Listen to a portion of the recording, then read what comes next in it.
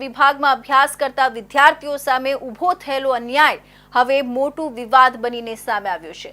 32માંથી 28 વિદ્યાર્થીઓને ઇન્ટરનલ પરીક્ષામાં ગેરહાજર દર્શાવી 0 માર્ક્સ આપી નાપાસ કરવામાં આવ્યા હોવાની ગંભીર ફરિયાદ સાથે વિદ્યાર્થીઓએ યુનિવર્સિટીના કુલપતિને લેખિત રજૂઆત કરી છે। સમગ્ર મામલે વિદ્યાર્થીઓએ પહેલા પ્રોફેસર પર ટાર્ગેટ કરીને માનસિક ત્રાસ આપવા અને ભેદભાવપૂર્વક નાપાસ કરવા આરોપ લગાવ્યો છે। સુરતની વીર નર્મદ દક્ષિણ ગુજરાત યુનિવર્સિટીના ફાઇન આર્ટ્સ વિભાગમાં અભ્યાસ કરતા 32 વિદ્યાર્થીઓમાંથી 28ને ઇન્ટરનલ માર્કિંગમાં ગેરહાજર બતાવીને 0 માર્ક્સ આપ્યા હોવાનું ખુલ્યું છે, જેના કારણે તેઓ પરિણામમાં નાપાસ થયા છે। આ સંબંધે વિદ્યાર્થીઓએ કુલપતિ સમક્ષ લેખિતમાં ફરિયાદ કરી છે કે તેમના વિભાગમાં તૈનાત મહિલા પ્રોફેસર દ્વારા તેમને ટાર્ગેટ કરીને મનમાની રીતે ગેરહાજર દર્શાવ્યા છે, જેના કારણે તેમને અન્યાય થયો છે। વિદ્યાર્થીઓના જણાવ્યા પ્રમાણે તેમણે સમગ્ર વર્ષ દરમિયાન નિયમિત હાજરી આપી હતી અને તેમના હાજર રહેવાના પુરાવા પણ વિદ્યાર્થીઓએ ઇન્ટરનલ ઇન્ક્વાયરી સમિતિ સમક્ષ રજૂ કર્યા હતા, છતાં પણ પરિણામ જાહેર કરતી વખતે તેમને ગેરહાજર દર્શાવી દેવામાં આવ્યા।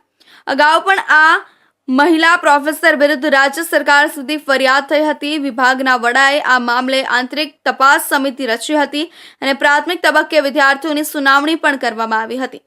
હવે પ્રશ્ન એ ઊભો થયો છે કે વિદ્યાર્થીઓને નાપાસ કરવા પાછળ કોઈ વ્યક્તિગત અખાદ્યતા છે કે નીતિગત ભૂલ? જો પુરાવા અને હાજરી સિસ્ટમ હોવા છતાં વિદ્યાર્થીઓ નાપાસ થાય છે તો તે સમગ્ર પરીક્ષા પદ્ધતિ પર પણ સવાલ ઊભા કરે છે। નર્મદ દક્ષિણ ગુજરાત વિશ્વવિદ્યાલય ખાતે આવેલા એક વિભાગમાં ઇન્ટિરિયર ડિઝાઇન વિભાગની અંદર હાલમાં કઈ વિદ્યાર્થીઓને ઓછા માર્ક્સ આવ્યા છે, હાજર હતા અને ગેરહાજર ગણ્યા છે, એ પ્રકારની એક ફરિયાદ અમારા તંત્રને મળી છે।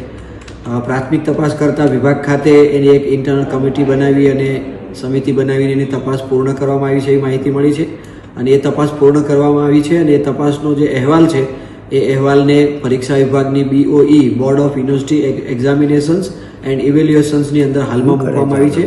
હાલમાં સત્તામંડળમાં વિચારાધીન છે, એ પ્રકારની માહિતી પ્રાપ્ત થયેલ છે। વિદ્યાર્થીઓએ યુનિવર્સિટીના કુલપતિને ન્યાય અપાવવા માંગ સાથે લેખિતમાં રજૂઆત કરી છે। વિદ્યાર્થીઓએ હાલમાં આંતરિક તપાસ શરૂ કરી છે અને જો મહિલા પ્રોફેસર દોષી હોવાનું સાબિત થશે તો કડક કાર્યવાહીની શક્યતા છે। બીજી તરફ વિદ્યાર્થીઓએ હજુ સુધી અધિકાર માટે લડત ચાલુ રાખવાનું જણાવ્યું છે।